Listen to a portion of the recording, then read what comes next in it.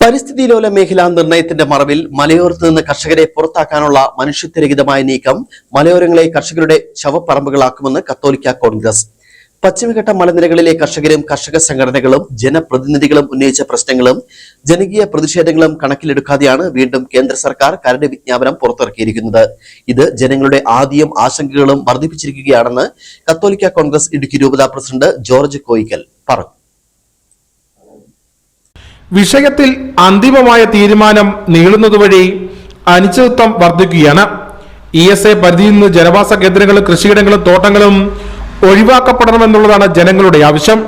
കഴിഞ്ഞ 12 വർഷം കൊണ്ട് കരട് വിജ്ഞാപനത്തിലെ നിർദ്ദേശങ്ങളുടെ പോരായ്മകൾ കേന്ദ്ര സർക്കാരിനെ ബോധ്യപ്പെടുത്തുന്നതിന് സംസ്ഥാന സർക്കാരുകൾക്ക് കഴിഞ്ഞിട്ടില്ല എന്നും ജോർജ് കോയിക്കൽ പറഞ്ഞു.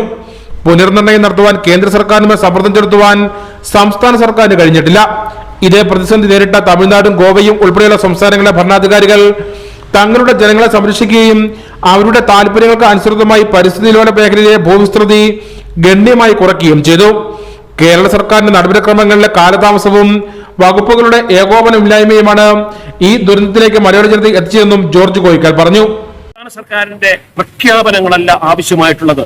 ജനങ്ങളെ ഒരുമിച്ച് നിർത്തുകയും ഈ ജനഹിതം കേന്ദ്ര ഗവൺമെന്റിനെ ബോധ്യപ്പെടുത്തുകയും ചെയ്യുക മാത്രമല്ല, അതിനുമപ്പുറത്ത് വളരെ കൃത്യമായ വർക്ക് ചെയ്യാൻ, ഹോംവർക്ക് ചെയ്യാൻ സംസ്ഥാന സർക്കാരുകൾ തയ്യാറാകണം. അങ്ങനെ ചെയ്തെങ്കിൽ മാത്രമേ ഈ ദുരിതത്തിൽ നിന്ന് ജനങ്ങളെ രക്ഷിക്കാൻ കഴിയൂ. ഇല്ലാത്ത പക്ഷം കേരളത്തിന്റെ മലയോര മേഖലകൾ, കർഷകരുടെ കൃഷിഭൂമികൾ ഒരു ശവപ്പറമ്പായി തീരും എന്ന കാര്യത്തിൽ തർക്കമില്ല. ഇക്കാര്യത്തിൽ കത്തോലിക്ക കോൺഗ്രസ് അതിശക്തമായ പ്രക്ഷോഭ പരിപാടികൾ സംഘടിപ്പിക്കാൻ നിർബന്ധിതരായി തീരുകയാണ്. മറ്റ് സംസ്ഥാനങ്ങൾ ചെയ്തതുപോലെ കൃത്യമായ ഫീൽഡ് സർവേയും ശാസ്ത്രീയമായ മാപ്പിംഗും ജിയോ സ്പെഷ്യൽ മാപ്പിംഗും ഉൾപ്പെടെയുള്ളവ അടിയന്തരമായി പൂർത്തീകരിച്ച് റവന്യൂ വില്ലേജുകളും ഫോറസ്റ്റ് വില്ലേജുകളും കൃത്യമായി അടയാളപ്പെടുത്തി കേന്ദ്ര സർക്കാരിനെ ബോധ്യപ്പെടുത്തണം. അതുവഴി കരട് വിജ്ഞാപനത്തിൽ നിർണയിച്ചിരിക്കുന്നതിൽ നിന്നും ജനവാസ കേന്ദ്രങ്ങളും തോട്ടങ്ങളും കൃഷിഭൂമിയും പൂർണ്ണമായും ഒഴിവാക്കണം.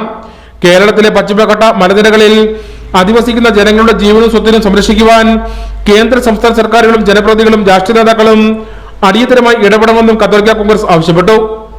Idukki vision news, Kattappana.